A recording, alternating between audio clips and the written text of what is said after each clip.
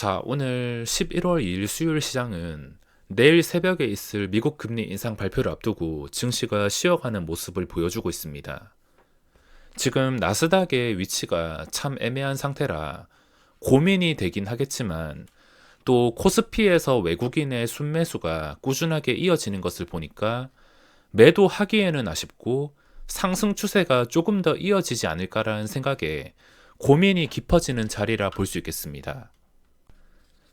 오늘도 미국 금리 인상은 0.75% 자이언트 스텝으로 모두가 예상하고 있는데 주식시장에서는 이미 모두에게 알려진 악재는 오히려 악재 해소로 호재라고 생각이 되는데 과연 이번에도 이 생각이 통할지 오늘 나스닥의 운명이 어떻게 될지 매우 궁금할 수밖에 없습니다.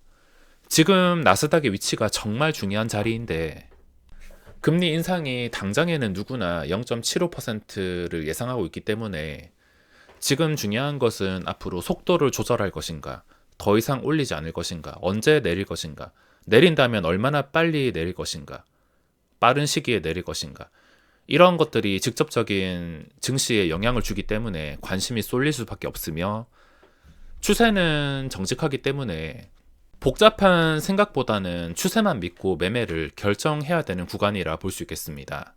나스닥이 만약에 여기서 잘못 풀리게 된다면 최악의 선까지 열린다면 8,000대까지 열려 있기 때문에 여기서 잘 풀리는 게 저는 정말 중요하다 생각합니다. 매번 말씀드리지만 지금 나스닥에 줄을 그어놓은 자리는 이 자리를 깨버렸을 때 만약에 오늘 깨버린다면 중요한 발표로 인해서 깨버린 것이므로 하루에서 이틀 정도까지는 시간을 더 둘 수가 있습니다. 중요한 발표가 아니라 자연스럽게 깨졌으면 바로 경계를 할 수 있겠는데 발표로 인해서 깨졌다면 발표로 인한 충격이 지나고 나서 하루 이틀 뒤에 어떤 식으로 자리가 잡히는 것을 보고서 판단을 할 수가 있다는 것입니다. 만약에 오늘 깨거나 오늘 상승하는 게 제일 좋은 그림이겠지만 만약에 오늘 깨버리게 된다면 이번 주 금요일까지는 다시 회복해 줄지 보고 똑같이 대응을 하면 되겠으며 만약에 이 자리를 깨서 내려간다 하더라도 거의 내려가지 않고 또 빠른 시일 이내에 다시 오뚜기처럼 이 자리로 돌아온다면 그때는 다시 접근을 해서 공략을 할 수 있는 자리라고 볼 수 있겠습니다. 그리고 지금 증시에서 가장 중요한 것은 이 증시의 추세가 장기적인 하락 추세에서 벗어나지 않았습니다.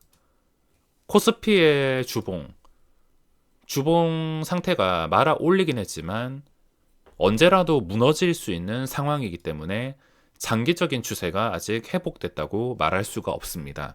나스닥도 마찬가지입니다. 그동안 무적이라고 불렸던 나스닥의 추세가 최소 주봉 정도는 안전하게 자리를 잡아야지 이제 하락이 끝났다.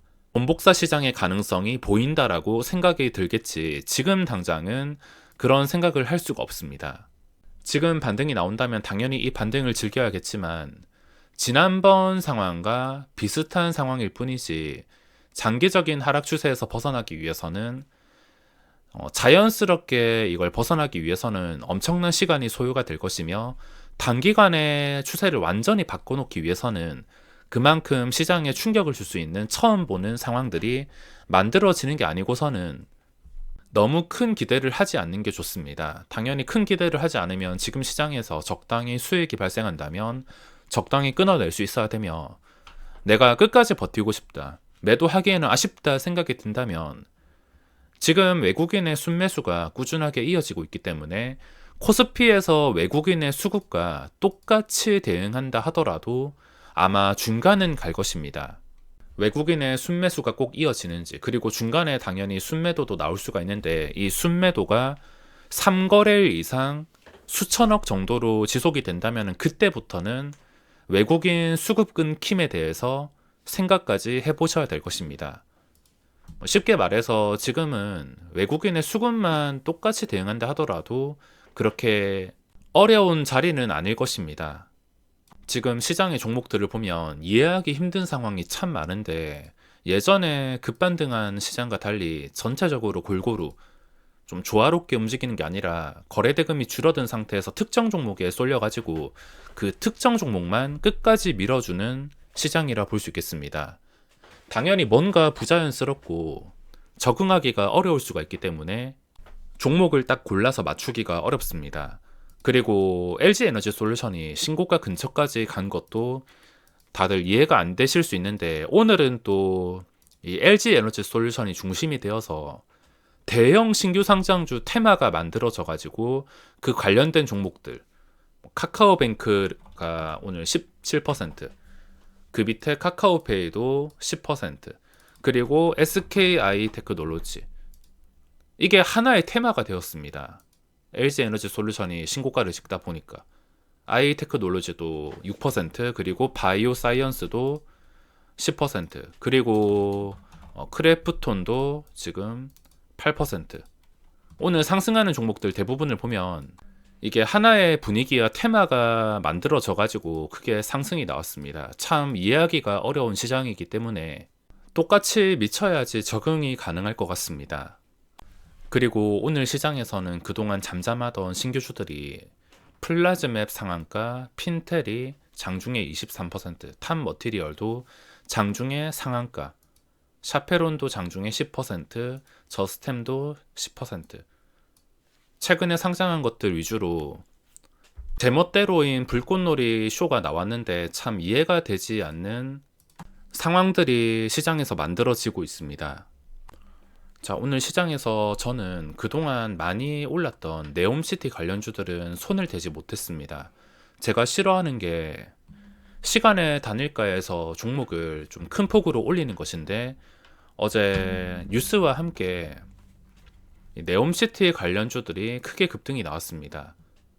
게다가 떨어지지도 않고 계속 하루 종일 버티더니 마지막까지 불꽃놀이를 하고 있는데, 그만큼 네옴시티가 강하다는 건 알겠지만 제 원칙은 시간의 단일가에 뉴스로 인해서 꼬신 종목은 다음 날에 절대 매매하지 않는다.